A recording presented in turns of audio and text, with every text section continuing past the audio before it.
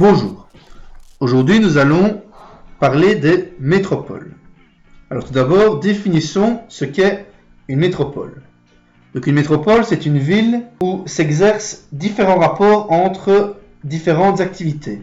Des activités de recherche, de développement, des activités de gestion, des firmes multinationales par exemple, entre les grandes universités et également pour le secteur industriel. Toutes les formes de pouvoir sont présentes et se juxtaposent dans la métropole. Le pouvoir politique, le pouvoir financier avec les bourses par exemple, le pouvoir culturel, militaire, diplomatique et international. Voici un petit schéma qui résume les caractéristiques d'une métropole. Donc une métropole est une ville qui est à la fois un centre mondial de puissance économique, un centre mondial de puissance politique formel ou informel, on y reviendra par la suite, et un centre mondial d'influence culturelle et sociale. La ville mondiale, c'est-à-dire la métropole, est reliée aux autres villes du monde par un vaste réseau de communication. Et donc, de ce fait, elle se dote de structures de communication, telles que des infrastructures portuaires, des infrastructures aéroportuaires, mais également des gares internationales qui lui permettent de communiquer facilement et rapidement avec d'autres villes, d'autres métropoles. Pour la coupe de la métropole européenne, nous retrouvons différents types de quartiers. Tout d'abord, au centre, nous retrouvons un centre historique. Dans le centre historique, nous retrouvons des bâtiments très anciens. C'est en fait là-bas qu'on retrouve le cœur, l'endroit de naissance de la ville. De part et d'autre de ce centre historique, nous allons retrouver la plupart du temps des quartiers du 19e siècle. Dans ces quartiers-là, nous retrouvons des maisons qui commencent à être dégradées et qui vont être rénovées progressivement. De part et d'autre encore de ces quartiers du 19e siècle, nous pouvons retrouver des grands ensembles.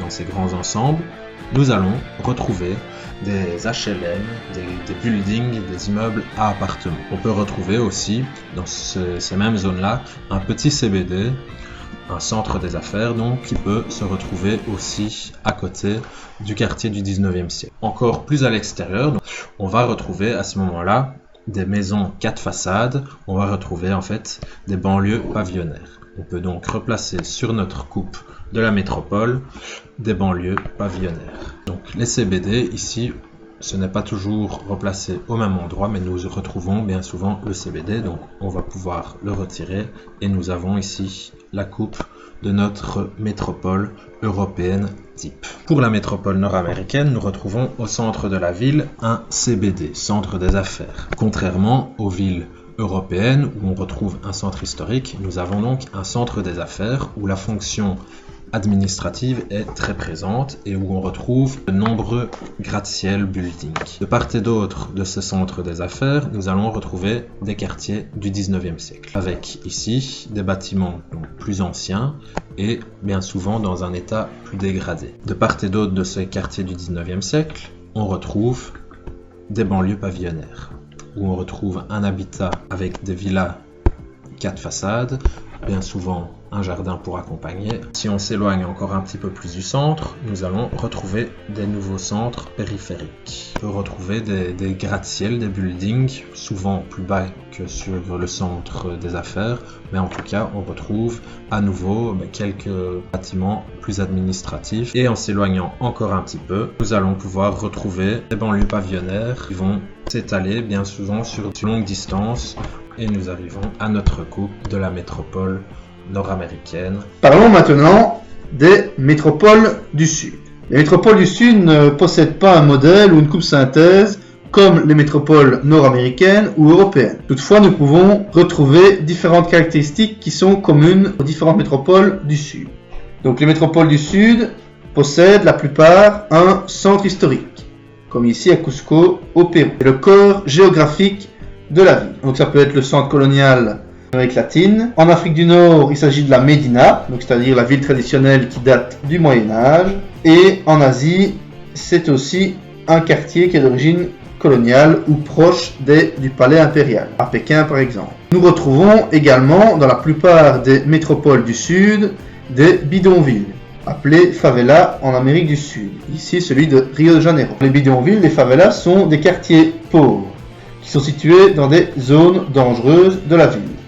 Donc dans des zones où il y a des risques fréquents de glissement de terrain, dans des zones inondables et parfois même sur des décharges. Donc les habitations sont construites en tôle ou avec des objets de récupération. Donc, celui du Caire en Afrique. Ensuite, nous retrouvons également dans la plupart des métropoles du Sud des zones portuaires et des zones industrielles pour Rio de Janeiro. Et nous retrouvons également dans toutes les métropoles du Sud un CBD. Donc nous retrouvons les administrations, les banques, les sièges des multinationales, les grands hôtels, des centres commerciaux. Un autre quartier est le quartier résidentiel luxueux. Des hôtels de luxe, des appartements très luxueux. Et ils sont situés toujours dans des espaces verts, très aérés et souvent en périphérie. Les villas possèdent des piscines et ces quartiers sont souvent gardés par des gardes privés.